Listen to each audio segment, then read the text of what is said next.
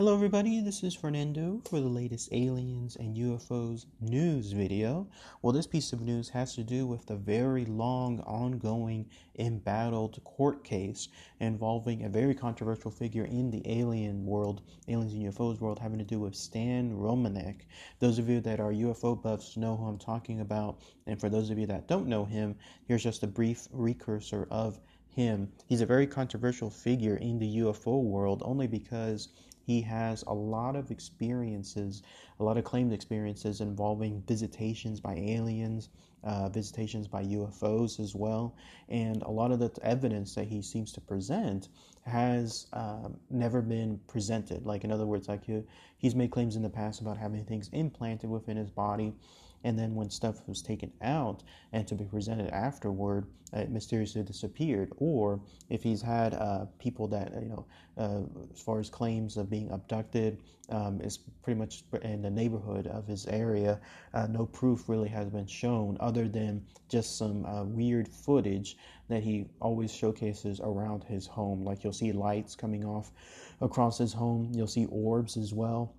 And then you'll see the after images sometimes placed on his home. If you wanted a huge synopsis of everything, there's on Netflix. His brand new documentary just came out. Well, actually, it was filmed a couple of years back, but it was finally released on Netflix. It was called Extraordinary, the Stan Romanek story. That'll be a good way to catch you up on everything. I've seen it already, and it showcases a lot of pretty good evidence and then a lot of circumstantial evidence, stuff that just makes you wonder, like when it comes to the stuff that he presents. But in any case, that's just a brief history. As far as the news section, it has to do with this. A couple years back, I think it was as far back as 2014, if I'm not mistaken, so over 3 years, he was found with containing evidence, if you can believe this, of child pornography. I mean, that's about as extreme as you get. And he was arrested for it. And then ever since then, but the next 3 years, he's been battling in court to have this stuff dismissed. And it's been weird. Like, everything has been thrown into place. He's accused of the police of being corrupt. He's accused the detectives of having like vendettas.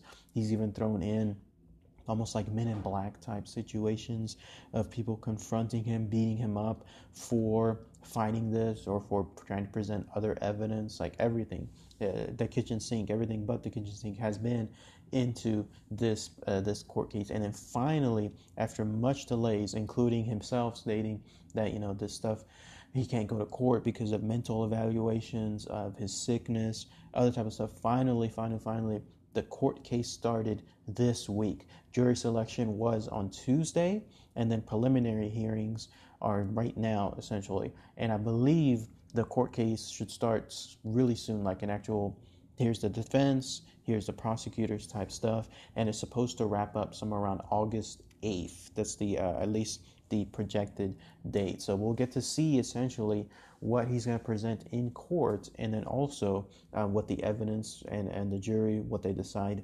ultimately. Will he be found guilty? Who knows? Again, his whole evidence, everything that he states on his end is that it was all planted by an outside source. In this case, that it was somebody out there, some nefarious person hacked into his computer, and in some cases, he's probably even stating like a government institution hacked into his computers and then placed that evidence there to frame him. That way, because he's been such a nuisance in their world. So that's his side, at least. And then, of course, from the prosecutor's side, it's the fact that he did indeed have child pornography within his computer, and he's just making all of this up to try to get around it.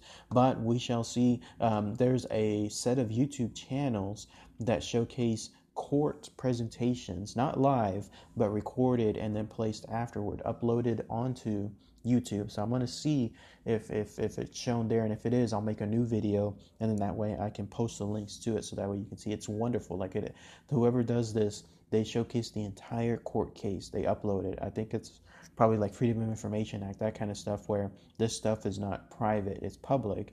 And so you can see from start to finish the entire court case. So once that's up, and hopefully it is up later on, then I'll be able to showcase to everyone here. But yes, that's at least an update here on the news side. His court case has finally started. No ifs, ands, or buts. No more delays. And